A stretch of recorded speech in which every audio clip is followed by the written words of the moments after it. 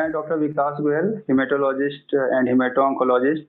I work at Sanjeevani CBCC Cancer Hospital. September is a Leukemia and Lymphoma Awareness Month. Leukemia and lymphomas are basically blood cancer.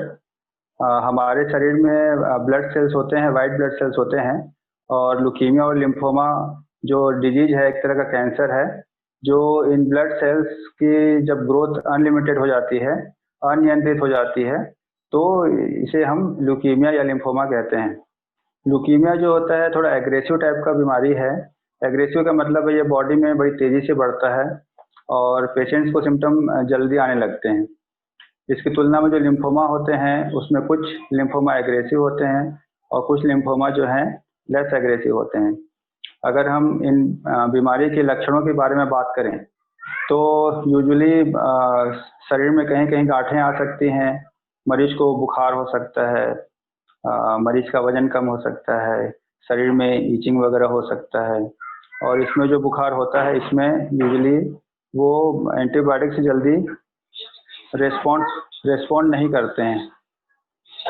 और इसके अलावा भी कई symptoms होते हैं, जैसे मरीज का वेट लॉस होना, शरीर में जगह जगह गांठ आ जाना। तो ये लक्षण जिन पेशेंट्स को भी आ रहे हैं, जिनको भी आता है, उनको नज़रअंदाज नहीं करना चाहिए। और इसको कंफर्म करने के लिए कई सारे टेस्ट होते हैं, कुछ ब्लड टेस्ट होते हैं, कुछ इमेजिंग होती हैं, कुछ बायोप्सी वगैरह होते हैं, वो सब करवाना चाहिए। जैसा कि मैं बता रहा था कि ल्यूकीमिया यूजुअली एग्रेसिव होता है और इसमें सामान्य इन लक्षणों के अलावा खून की कमी हो सकती है, प्लेटलेट की कमी हो सकती है, शरीर में WBC जो वाइट ब्लड सेल्स होते हैं उनकी मात्रा बहुत ज़्यादा बढ़ सकती है। तो अगर कोई सिंपल ब्लड टेस्ट ही कराता है, CBC टेस्ट कराता है, उसमें हमें क्लू मिल जाता है कि इस पर्सन को ल्यूकीमिया हो सकता है। और संदेह होने पे इसमें पूरी तरह से जांच कराना चाहिए। अगर शरीर में कहीं गांठ आया है तो गांठ की जांच होती है, जिसको हम लोग बायोप्सी कहते हैं।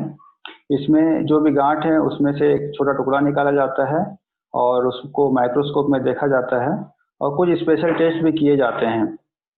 इस तरह से हम बीमारी का पता लगा सकते हैं। ये गांठें जो होती हैं कहीं पर भी हो सकती हैं, जैसे गर्दन में हो सकता है, अपने बगल में हो सकता है, छाती में हो सकता है, पेट के अंदर हो सकता है। इन गांठों की वास्तविक संख्या और स्थान पता करने के लिए एक बहुत ही स्पेशल टेस्ट पेट CT स्कैन होता है।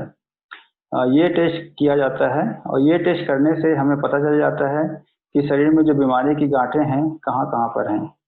ये गांठें गर्दन, छाती, पेट में हो सकती हैं। इसके अलावा लीवर और स्प्लीन जो कि हमारे पेट में होता है उसकी भी साइज बढ़ जाती है इस बीमारी में। इसके अलावा बोन मेरो का टेस्ट होता है। बोन मेरो में एस्पिरेशन टेस्ट होता है, बायोप्सी टेस्ट होता है। इसके अलावा भी कई सारे टेस्ट होते हैं जो बोन मेरो से किया जाता है। ये टेस्ट हमको ये पता चलता है कि बीमारी का प्रकार कौन सा है, क्योंकि ल्यूकीमिया भी कई तरह के होते हैं और लिम्फोमा भी कई तरह के होते हैं। और सही बीमारी पता चलने पे सही इलाज दिया जा सकता है। अलग अलग प्रकार के ल्यूकीमिया और अलग प्रकार के लिम्फोमा में ट्रीटमेंट अलग होता है, इसीलिए ट्रीटमेंट के पहले पूरी तरह से जांच करना चाहिए, जिससे कि हम एग्जैक्ट बीमारी को पकड़ सकें। तो जैसा कि मैंने बताया कि इसमें CBC टेस्ट होता है, बायोप्सी होता है, बोन मेरो के टेस्ट होते हैं और स्टेजिंग के लिए PET CT स्कैन होता है। ये सब टेस्ट होने के बाद हमें पता चल जाता है कि बीमारी कौन सी है, कौन से टाइप का लिम्फोमा है, कौन से टाइप का ल्यूकीमिया है, और स्टेजिंग को देखते हुए हम ट्रीटमेंट डिसाइड करते हैं। लिम्फोमा और ल्यूकीमिया का मुख्य रूप से जो इलाज होता है वो कीमोथेरेपी के द्वारा होता है और आजकल कीमोथेरेपी के साथ इम्यूनोथेरेपी भी ऐड किया जाता है, जिससे कि इलाज में बेहतर परिणाम मिलते हैं। दूसरे जो कैंसर्स होते हैं, जो सॉलिड ट्यूमर्स होते हैं, जैसे मुंह का कैंसर है, फेफड़ों का कैंसर है, उसमें कैंसर के ट्रीटमेंट के लिए सर्जरी की भी आवश्यकता पड़ती है और अधिकांश पेशेंट में रेडियोथेरेपी भी दिया जाता है।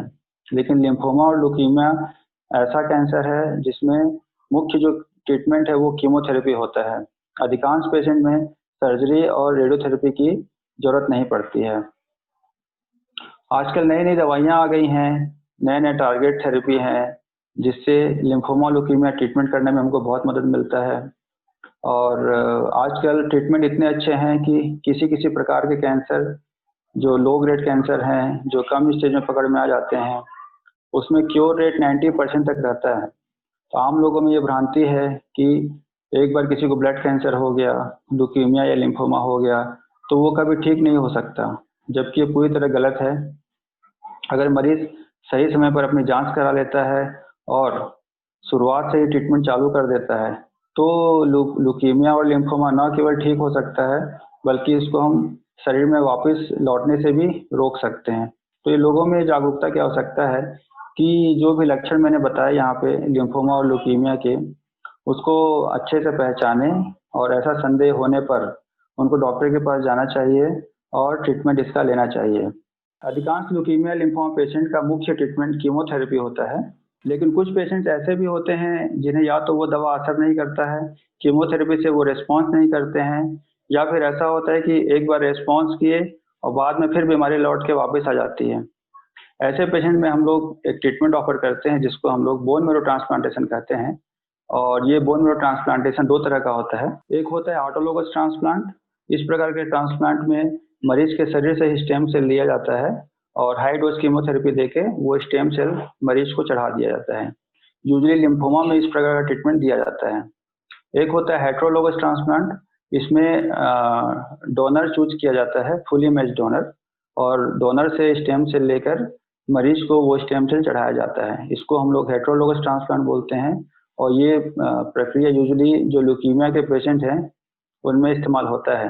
इस प्रक्रिया के लिए फुली मैच्ड डोनर चाहिए रहता है, ताकि हम ट्रांसप्लांट जब करते हैं तो बॉडी रिजेक्ट ना करे।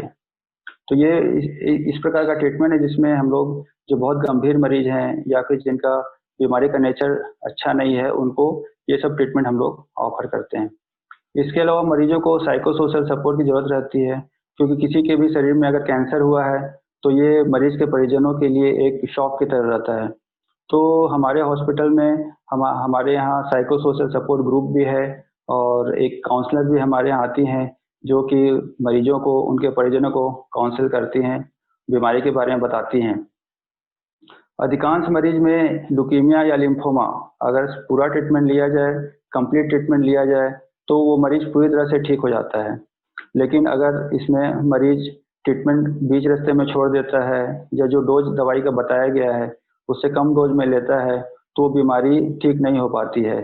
पार्शियल ठीक होने के बाद बीमारी फिर से वापस लौट के आती है। तो मैं सबको यही बोलना चाहूँगा, जिनकी फैमिली में किसी को लिम्फोमा ल्यूकीमिया हुआ है, उनको डॉक्टर के कहे अनुसार जब भी जैसा ट्रीटमेंट देने का सलाह दिया गया है वो ट्रीटमेंट करना चाहिए। जैसी जो जांच एडवाइस की गई है वो पूरी जांच कराना चाहिए और ट्रीटमेंट में लेट नहीं करना चाहिए। मैंने यहाँ पे देखा है कि कई लोग आयुर्वेदिक होम्योपैथी ट्रीटमेंट के चक्कर में पड़ जाते हैं या किसी बाबा जी के चक्कर में पड़ जाते हैं और इधर उधर की दवाइयाँ खाने लगते हैं। इससे उनकी बीमारी बढ़ ही जाती है और बीमारी अगले स्टेज में पहुंच जाती है और उसका ट्रीटमेंट करना मुश्किल हो जाता है। तो मैं लोगों से ये भी कहना चाहूँगा कि जो साइंटिफिकली प्रूवन थेरेपी है उसी थेरेपी में जाना चाहिए, क्योंकि कैंसर की बीमारी ऐसी बीमारी है, एक बार अगर उसका ट्रीटमेंट अच्छे से हो गया तो वो जड़ से पूरी तरह ठीक हो सकता है। लेकिन अगर बीमारी बिगड़ गई, कम स्टेज से अगले स्टेज में पहुंच गई, तो फिर उसका ट्रीटमेंट करना बहुत मुश्किल हो जाता है।